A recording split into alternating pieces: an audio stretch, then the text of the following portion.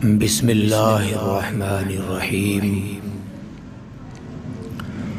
नहमदुहु व नुसल्ली व नुसल्लिमु अला रसूलिहिल करीम। अम्मा बाद फ़अऊज़ु बिल्लाहि मिनश शैतानिर रजीम। बिस्मिल्लाहिर्रहमानिर्रहीम। इन्नल्लाहा व मलाइकतहु युसल्लूना अलन नबी या अय्युहल्लज़ीना आमनू सल्लू अलैहि वसल्लिमू तस्लीमा। मोहब्बत के साथ आवाज़ बुलंद दुरूद पाक पढ़ लें। सल्लल्लाहु अलैका या रसूलल्लाह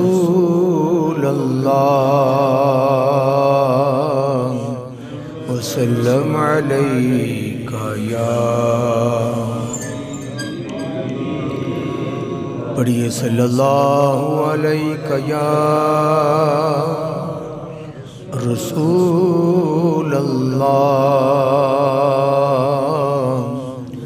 वसल्लम अलैका या।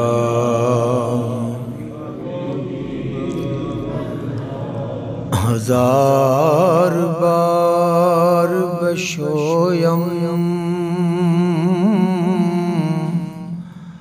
दहन से मुश्को गुलाब हुनूज नामे तो गुफ्तन कमाल बेअदबी। पढ़िए सल्लल्लाहु अलैका या रसूलल्लाह वसल्लम अलैका या हबीबल्लाह। हम्दो सलात के बाद बेहद एहतराम के लायक हाज़रीन और सामीन, सूरह मरियम के मज़ामीन का मुताला जारी है और इससे क़ब्ल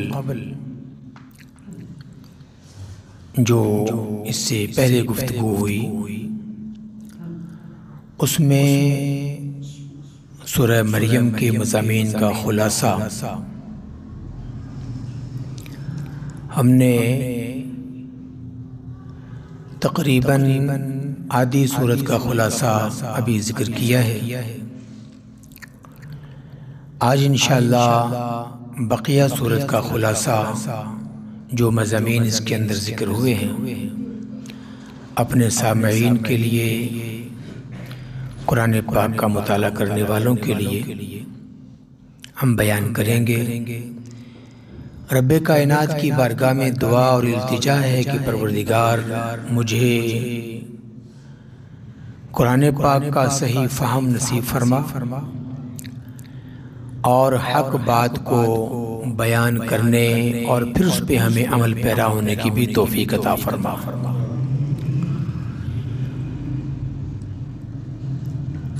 हज़रत इब्राहीम अलैहिस्सलातु वस्सलाम का तज़किरा और उसके बाद सैयदना मूसा अलैहिस्सलाम का तज़किरा और उसके बाद हज़रत इस्माईल अलैहिस्सलातु वस्सलाम का तज़किरा और उसके बाद हज़रत इदरीस अलैहिस्सलातु वस्सलाम के बारे में बात हमने मुकम्मल की। रब्बे कायनात ने इसके बाद जो नतीजा खेज़ बात बयान फरमाई वो ये कि इन नेक लोगों के बाद, अच्छे लोगों के बाद जो लोग आए उनका तर्ज़ अमल क्या रहा और वो किस किस्म के मामूलात के अंदर मुब्तला हैं। आज की गुफ्तगू यहीं से हम इसका आगाज़ करेंगे। इसी मकाम पे सजदा भी है, आयत है सजदा की। मैंने इसीलिए उसको तिलावत इस मकाम पे नहीं किया तो यहाँ पे आयत सजदा है और सजदे का हुक्म यह है कि जब आप उसको सुने तो तमाम सुनने वालों पर सजदा वाजिब हो जाता है। इस आयत सजदा के बाद जो अगला मजमून शुरू होता है, रब ने फरमाया कि इन अच्छे लोगों के बाद जो लोग आए उन्होंने नमाजों को ज़ाया किया और ख्वाहिशात के पीछे दौड़ते रहे, तो ऐसे लोगों का ठिकाना जहन्नम है, माँ सिवाय उन लोगों के कि जिन्होंने तौबा कर ली और नेक आमाल को इख्तियार कर लिया। तो रब्बे कायनात का उनसे वादा यह है कि उन्हें बागाते बहिश्त के अंदर दाखिल किया जाएगा।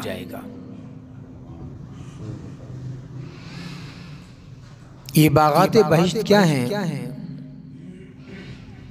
बागाते बहिश्त अल्लाह के इनाम याफ्ता लोगों की रहने की जगह है और कामयाब लोगों के रहने की जगह है, जहाँ पे कामयाब लोग रहेंगे और हमेशा की जिंदगी उन्हें वहाँ पे गुजारना होगी। कुरान मजीद के अंदर और हदीस मुबारक के अंदर इस हवाले से बहुत तफसीली बातें हमें मिलती हैं। उनमें से एक बात ये कि जो शख्स जन्नत में दाखिल कर दिया जाएगा उसे फिर वहां से निकाला नहीं जाएगा। वहां की जिंदगी मनपसंद जिंदगी होगी।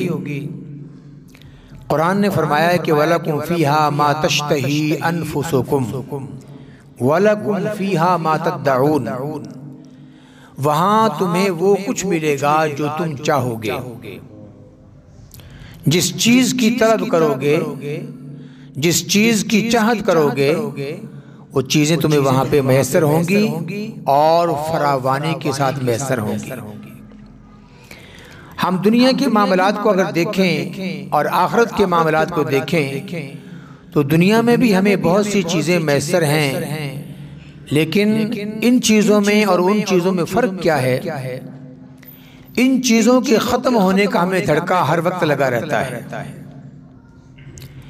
इन चीजों के खराब होने का खतरा रहता है, इन चीजों के खत्म होने का भी हमें खतरा रहता है कि कहीं ये खत्म ना हो जाएं, या ये भी हमें खौफ रहता है कि कहीं हम इन चीजों के इस्तेमाल के काबिल ही ना रहें। देखें ना, जब आदमी बीमार हो जाता है तो सारी नेमतें उसके पास होती हैं ना, लेकिन वो कहता है जी मुझे डॉक्टर ने मना किया कि मैं ये चीज खाऊंगा तो मुझे नुकसान देगी। बागाते बहिश्त में और दुनिया की नेमतों में फर्क ये है कि ये चीजें खाने के बाद इंसान मसाइल का शिकार हो जाता है, लेकिन वहां की चीजें इस्तेमाल करने के बाद इंसान पे ऐसी कोई चीज वारिद नहीं होगी।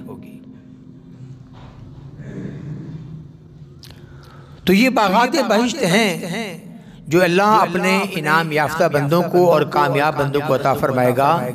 इसका तज़किरा भी इस मकाम पे मौजूद है। रब ने फरमाया तिलकल जन्नतुल्लती नूरिसु मिन इबादिना मन कान तक़िया, इन जन्नतों का मालिक और वारिस हम उसे बनाएंगे जो परहेजगार होगा। हज़रात गिरामी, परहेजगारी क्या है? इतनी सी बात समझ लें, इंशाल्लाह फिर तफसीली बात करेंगे कि परहेजगारी ये है कि जिस मकाम पे अल्लाह हमें देखना चाहता है हम वहां से गायब ना हो, और जिस मकाम पे रब हमें नहीं देखना चाहता हमें कभी वहां पे हाजिर नहीं होना चाहिए। जब अल्लाह नहीं चाहता कि मेरा बंदा यहाँ पे जाए तो फिर हमारे जाने का वहां पे तुक नहीं बनता। जिस मकाम पे अल्लाह नहीं देखना चाहता वहां हमें नजर नहीं आना चाहिए, और जहां पे देखना चाहता है वहां से गायब नहीं होना चाहिए। बस ये तक़वे का मफ़हूम है। अगर ये बात समझ में आ जाए तो ज़ाती गिरामी इंसान तक़वा की हकीकत को और तक़वा के फ़लसफ़े को जान जाएगा।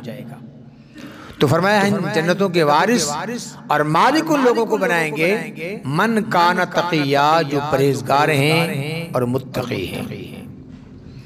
हज़रात गिरामी, इससे आगे जो रुकू शुरू हो रहा है, यानी सेकंड लास्ट आप इसको कहें, तो सेकंड लास्ट रुकू का आगाज अकीदा आखिरत के हवाले से हो रहा है। अकीदा आखिरत क्या है?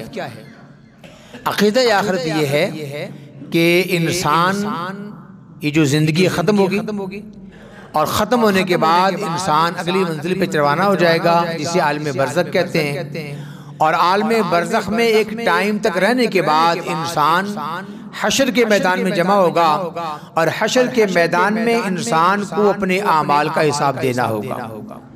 अच्छे आमाल पर जज़ा मिलेगी, बुरे आमाल पे सज़ा मिलेगी, और जो लोग कामयाब करार पाएंगे वो बागाते बहिश्त के अंदर रहेंगे, और जो लोग नाकाम हो जाएंगे वो हमेशा हमेशा के लिए ज़िल्लतनाक अज़ाब के सुपुर्द कर दिए जाएंगे।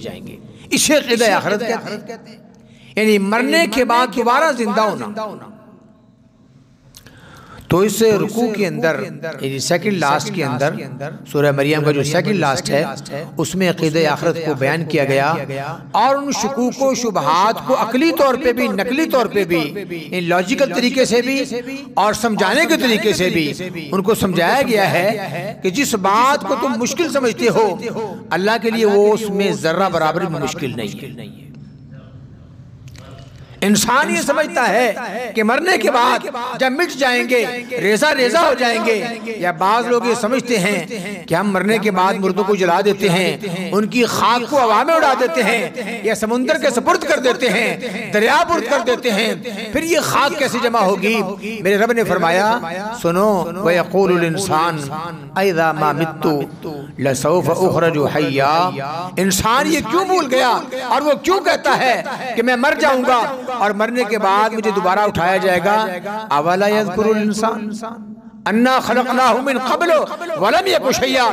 इंसान ये बात क्यों भूल गया कि इससे पहले वो कुछ भी नहीं था। अब तो इसकी तस्वीर वजूद में आ चुकी, एक खाका वजूद में आ चुका, एक जसामत उसको मिल गई। अब तो ये सारी बातें हो गई हैं, वो इस बात पे गौर क्यों नहीं करता कि जब वो कुछ भी न था हमने तब भी पैदा कर दिया, तो हम इसके बाद भी पैदा करने पर कादिर हैं। मत भूलो इस बात को और मत अपने आप को मुहालते में डालो, फरेब में मुब्तला करो कि मरने के बाद दोबारा जिंदा कैसे होंगे। जो जात तुम्हें आज बनाने पर कादिर है वो तुम्हें दोबारा जिंदा करके उठाने पर भी कादिर है और तुम्हें दोबारा जिंदगी देने पर भी कादिर है। तो ये सारा तज़किरा यहाँ पे मौजूद है। हज़रात गिरामी, इस मकाम पे एक बहुत ही हौलनाक बल्कि खौफनाक मज़मून मौजूद है, और सच्ची बात यह है कि इस मज़मून को बयान करते हुए रोंगटे खड़े होते हैं। वो मज़मून क्या है? सुनिए, वहिम मिनकुम इल्ला वारिदुहा काना अला रब्बिका हतमम मक़दिया। तुम में से हर एक को उस पे वारिद होना है, यानी उस पे से गुजरना है। काना अला रब्बिका हतमम मक़दिया, ये तेरे रब का हतमी फैसला है, आर्जी नहीं, टेम्परेरी नहीं, हतमी फैसला है। हर इंसान को उस मकाम से गुजरना है। वो कौन सा मकाम है जहां से हर इंसान को गुजरना है? हज़रात गिरामी, उसे पुल सिरात कहते हैं। रिवायात में आता है कि ये पुल सिरात रास्ता जो है ये जहन्नुम के ऊपर से जाता है होकर। सभी लोग इसमें से गुजरेंगे, मगर अपनी अपनी चाल होगी, अपना अपना अंदाज होगा। जिस पे अल्लाह करम फरमाएगा वो हवा की तेजी और बिजली की मानिंद उसके ऊपर से गुजर जाएगा। कुछ लोग ऐसे होंगे जो हवा की मानिंद गुजरेंगे, कुछ लोग ऐसे होंगे जो तेज रफ्तार घुड़सवार की जानिब गुजरेंगे, मानिंद गुजरेंगे, और कुछ लोग ऐसे होंगे जो तेज चलते हुए गुजर जाएंगे, और कुछ ऐसे भी होंगे जो बहुत सुस्त रवि के साथ आहिस्ता आहिस्ता उसको कबूल करेंगे, और कुछ ऐसे भी होंगे जो इसी मकाम पे हज़रात गिरामी घिसट कर चल रहे होंगे या रगड़ खाते हुए चल रहे होंगे, और कुछ ऐसे भी होंगे जो इसी रास्ते पर गिरकर जहन्नम के ईंधन बन जाएंगे। तो रब ने फरमाया भाई मिनकुम इल्ला वारिदुहा, तुम में से हर एक को उस पे से गुजरना है। हमें देखना यह है कि इस रास्ते पे से गुजरने के लिए हमारी तैयारी क्या है।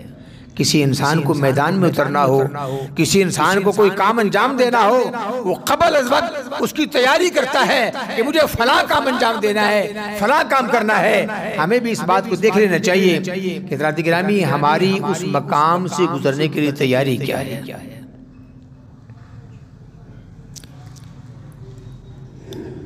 काना अला रब्बिका हत्मम मक़ज़िया, ये कोई कच्ची पक्की बात नहीं है या कोई ऐसा फैसला नहीं है जिसमें तरदीद आ जाएगी या तब्दील कर दिया जाएगा। सुनो, ये रब का हतमी फैसला है।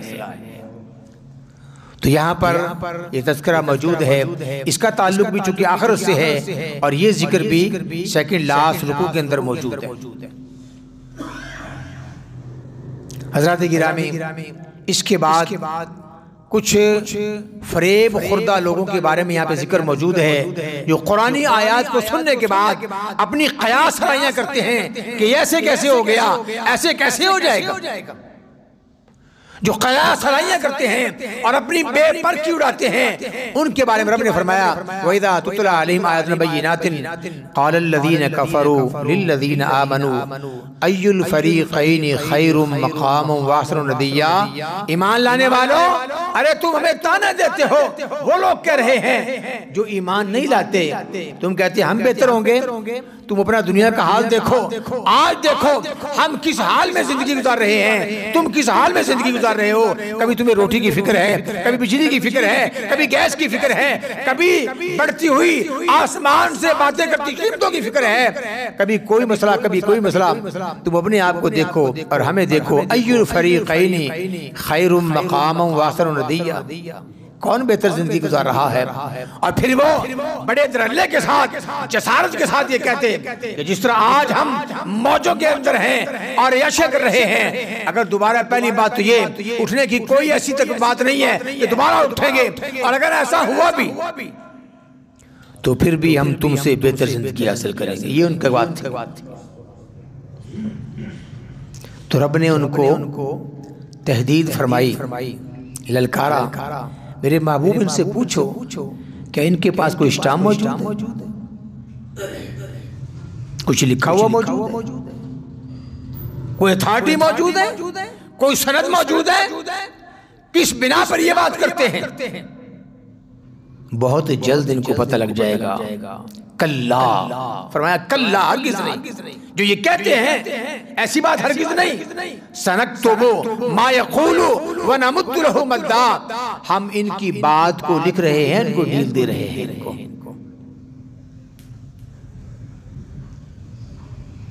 तो यहां से सबक ये मिला कि हमें कभी भी किसी शख्स की अय्याश जिंदगी को देखकर मुखालते में नहीं पड़ना चाहिए कि शायद अल्लाह इससे राजी है, मुझसे नाराज है, मेरी जिंदगी में तंगी है, मेरी जिंदगी में मसाइल हैं और ये आदमी अय्याशी की जिंदगी गुजार रहा है। कुरान ने उसकी तरदीद फरमा दी और इंसान को खबरदार के खबरदार ऐसा सोचना भी नहीं है, ऐसा सोचना भी नहीं है। अगर कोई आदमी मुश्किलात का शिकार है तो इसका मकसद ये हरगिज़ नहीं और मतलब हरगिज़ नहीं है कि अल्लाह पाक उससे नाराज है। और अगर कोई आदमी अय्याशी की जिंदगी गुजार रहा है तो हरगिज़ ये मकसद न लिया जाए कि अल्लाह पाक इस पे राजी है। ये उसका निज़ाम है जो दुनिया को चलाने के लिए उसने कायम किया है। इसकी हिकमत को वही जानता है कि इसके अंदर उसने कौन सी हिकमत पोशीदा रखी है। फ़ेलुल हकीम ला यखलू अनिल हिकमा, हकीम का कोई काम हिकमत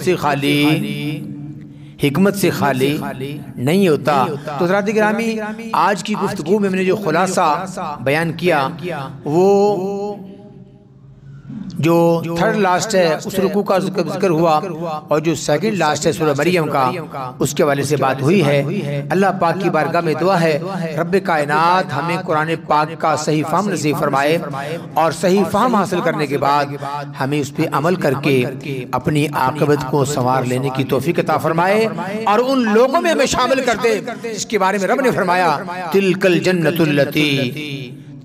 जन्नतुल्लती नूरिसु मिन इबादिना मन कान तक़िया। इन बागात का वारिस इन जन्नतों का वारिस हम उसे बनाएंगे जो मुत्तकी और परहेजगार होगा। रब्बे कायनात हम सबको इस मनसब को पा लेने की तौफीक अता फरमाए। व आखिरु दावाया अनिल हम्दुलिल्लाहि रब्बिल आलमीन।